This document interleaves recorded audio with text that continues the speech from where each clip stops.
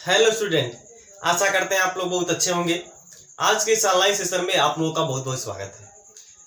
हम लोग कक्षा 12 केमिस्ट्री के इम्पोर्टेंट टॉपिक के बारे में डिस्कशन कर रहे हैं, जिसके पहले हम लोगों ने पहला लेसन जो कि बिलियन है, इसकी हमने इम्पोर्टेंट टॉपिक के बारे में डिस्कशन करवा दिया। इम्पोर्टेंट टॉपिक हमने बता दिया है कौन कौन सी टॉपिक ऐसी है जो आप लोगों के लिए पढ़ना जरूरी है, यानी कि और कुछ आप लोग पढ़ेंगे, यानी कि पढ़िए या ना पढ़िए, लेकिन ये टॉपिक आप लोग जरूर से जरूर पढ़ लीजिएगा।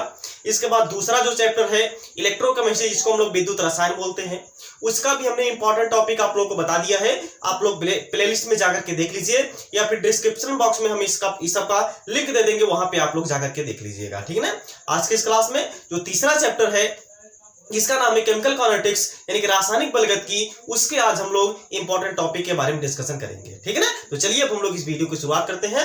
अगर आप लोगों को इस वीडियो में कुछ भी समझ यानी कि सीखने को समझ में आएगा, सीखने को मिलेगा, तो आप लोग जरूर से जरूर ये वीडियो अपने सभी दोस्तों के साथ शेयर कर दीजिएगा। चलिए अब हम लोग इस वीडियो की शुरुआत करते हैं। तो क्या है ये, यानी कि कक्षा 12 के लिए है ये केमिस्ट्री लेसन तीसरा। लेसन का जो नाम है वो क्या है, केमिकल काइनेटिक्स यानी कि रासायनिक बलगतिकी, जो कि 2025 के महत्वपूर्ण टॉपिक, यानी कौन कौन सी ऐसी टॉपिक है जो 2025 में इंपॉर्टेंट है, 2025 में पूछा जा सकता है, ये सब जो कि आज की क्लास में हम लोग डिस्कशन करने वाले हैं, ठीक है ना। तो चलिए अब हम लोग इस वीडियो की शुरुआत करते हैं, ठीक है ना। देखिए, वैसे तो देखा जाए ये जो रासायनिक बलगतिकी है ये बहुत ही आसान चैप्टर है और छोटा सा चैप्टर है, और इसको अगर आप थोड़ा सा भी ध्यान देंगे तो आप बहुत अच्छा से अच्छा मार्क्स लेकर के आएंगे पूरी केमिस्ट्री में। बात समझ में आ गई ना। पूरी केमिस्ट्री में अगर आप शुरू से अंत तक हमारे चैनल पर बने हैं और जितना वीडियो हम अपलोड करते हैं, तो आप लोग अगर उस सब वीडियो जो कि ध्यान से देखते चले जाते हैं और अपना जो काम है वो काम करते चले जाते हैं, यानी कि मेहनत करते जाते हैं, तो आपको पूरा विश्वास दिलाते हैं आप लोगों का केमिस्ट्री में बहुत अच्छा से अच्छा मार्क्स आ जाएगा। बात समझ में आ गई ना। तो चलिए, ये जो हम यानी कि तीसरे चैप्टर की बात कर रहे हैं, ये चैप्टर हमने पढ़ा दिया है, प्लेलिस्ट बनी हुई है, आप लोग जाकर के वहां पे चेक कर लीजिए, सेंड कर लीजिए। बात समझ में आ गई ना। तो चलिए, इसमें जो पहला इंपॉर्टेंट टॉपिक है ये क्या है, रासायनिक अभिक्रिया का वेग एवं प्रभावित करने वाले कारक। इसमें पहला जो क्वेश्चन हो जाएगा ये हो जाएगा रासायनिक अभिक्रिया का वेग क्या होता है और रासायनिक अभिक्रिया के वेग को प्रभावित करने वाले कौन कौन से कारक होते हैं, ये आप लोग यहाँ पे देख लीजिएगा। यानी क्या है, रासायनिक अभिक्रिया का वेग, रासायनिक अभिक्रिया का वेग, रासायनिक अभिक्रिया का वेग एवं प्रभावित करने वाले कारक, एवं प्रभावित करने वाले कारक, प्रभावित करने वाले कारक। यानी कि रासायनिक अभिक्रिया का वेग क्या होता है और रासायनिक अभिक्रिया के वेग को प्रभावित करने वाले कौन कौन से कारक होते हैं, ये जो है कि इंपॉर्टेंट क्वेश्चन है। ये कभी कभार 2 नंबर में या फिर 1 नंबर में पूछ लिया जाता है या फिर बहुविकल्पी ही पूछ लिया जाता है। आप लोग इसको थोड़ा सा ध्यान दीजिएगा, ये इंपॉर्टेंट क्वेश्चन में आकर यानी कि इंपॉर्टेंट क्वेश्चन है, ठीक है। इसके बाद दूसरी इसमें जो इंपॉर्टेंट टॉपिक है जो आप लोग को पढ़नी है वो है अभिक्रिया की आणविकता तथा अभिक्रिया की कोटि। ये तो भैया इंपॉर्टेंट है। अभिक्रिया की आणविकता, अभिक्रिया की आणविकता, अभिक्रिया की आणविकता तथा कोटि, अभिक्रिया की आणविकता तथा कोटि। यानी अभिक्रिया की आणविकता क्या होती है, अभिक्रिया की कोटि क्या होती है, इसमें क्या अंतर होता है, ये आप लोग अच्छी तरीके से पढ़ लीजिएगा। ये जो कि इंपॉर्टेंट क्वेश्चन है, ठीक है ना। इसके बाद यहाँ पे अगली जो इंपॉर्टेंट टॉपिक है ये तो हर साल पूछा जाता है, जो कि है शून्य कोटि की अभिक्रिया। क्या है, शून्य कोटि की अभिक्रिया, शून्य कोटि की अभिक्रिया। बात समझ में आ गई ना। यानी कि शून्य कोटि की अभिक्रिया क्या होती है, शून्य कोटि की अभिक्रिया का मात्रा क्या होता है, शून्य कोटि की अभिक्रिया के लिए समाकलित वेग समीकरण क्या होता है, शून्य कोटि की अभिक्रिया के लिए अर्ध आयुकाल का मान क्या होता है, शून्य कोटि अभिक्रिया पर न्यूमेरिकल क्या चीज होता है, ये सब हम पढ़ा चुके हैं। आप प्लेलिस्ट में जाकर के चेक कर लीजिए और अपना ये जो लेस यानी कि टॉपिक है ये आप लोग कंप्लीट कर लीजिए। अगर आप लोगों को कोई समस्या हो आप कमेंट बॉक्स में बता सकते हैं, उस आपकी समस्या का समाधान किया जाएगा। बात समझ में आ गई ना। तो ये आपका हर साल क्वेश्चन पूछा जाता है। एक होता है शून्य कोटि की अभिक्रिया या तो आपका प्रथम कोटि की अभिक्रिया।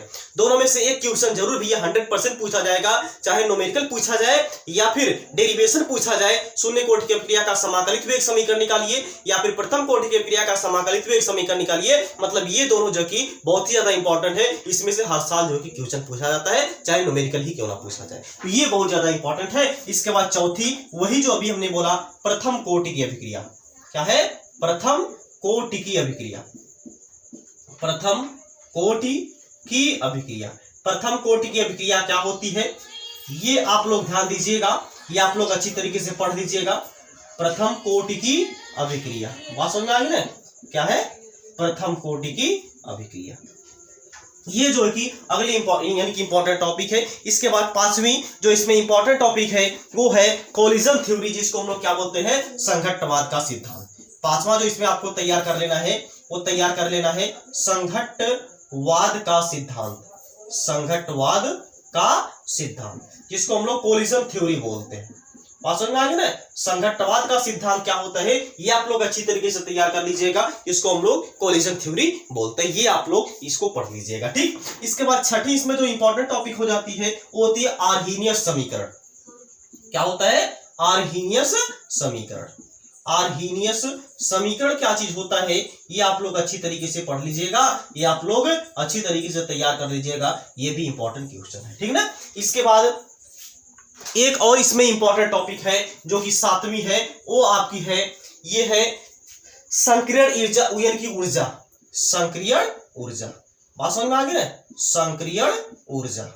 संक्रियण ऊर्जा क्या चीज होता है, इसको हम लोग एक्टिवेशन एनर्जी बोलते हैं, ये आप लोग पढ़ लीजिएगा, ये आपका इंपॉर्टेंट टॉपिक है। ये 7 टॉपिक है ऐसी है जिससे बार बार क्वेश्चन पूछा जाता है, और इसमें से जो very very very very important जो टॉपिक है वो आपकी है शून्य कोटि की अभिक्रिया और आपकी प्रथम कोटि की अभिक्रिया। बात समझ में आ गई ना? इसको आप लोग एकदम बेहतरीन तरीके से एकदम चार्ट डालिए इसको, चाहे न्यूमेरिकल की बात करें, चाहे हम इसका डेरिवेशन की बात करें, चाहे हम अर्धायुकाल की बात करें, आप लोग इसको एकदम रिपीट कर लीजिए, बार बार इसको रिपीट कर लीजिए, ताकि आप लोगों को भी यानी कि एग्जाम में जाते समय कोई भी इसमें कंफ्यूजन ना रह जाए। और भाई अगर आप पढ़ना चाहते हैं हमसे तो प्ले लिस्ट हमने बना दिया है, एक बार आप लोग जरूर जाकर के देखिए, आप लोगों को एकदम बेहतरीन तरीके से समझाया गया है, आप लोग को वहां पे कोई भी समस्या समझने में नहीं होगी। बात समझ में आ गई ना? इसको पहले आप लोग नोट कर लीजिए। हो गया? ओके। तो आज की क्लास में हमने तीसरा चैप्टर जो है केमिकल काइनेटिक्स यानी कि रासायनिक बलगति, उसका इंपॉर्टेंट क्वेश्चन के बारे में हमने डिस्कशन किया। इंपॉर्टेंट टॉपिक हमने आपको बता दिया, कौन कौन से ऐसे टॉपिक है जो इसमें आप लोगों को पढ़ना जरूरी है। अगर ये नहीं पढ़ेंगे तो आपका बोर्ड एग्जाम में क्वेश्चन जो कि छूट जाएगा। बात समझ में आ गई ना? इसी के साथ अब हम लोग मिलते हैं नेक्स्ट क्लास में।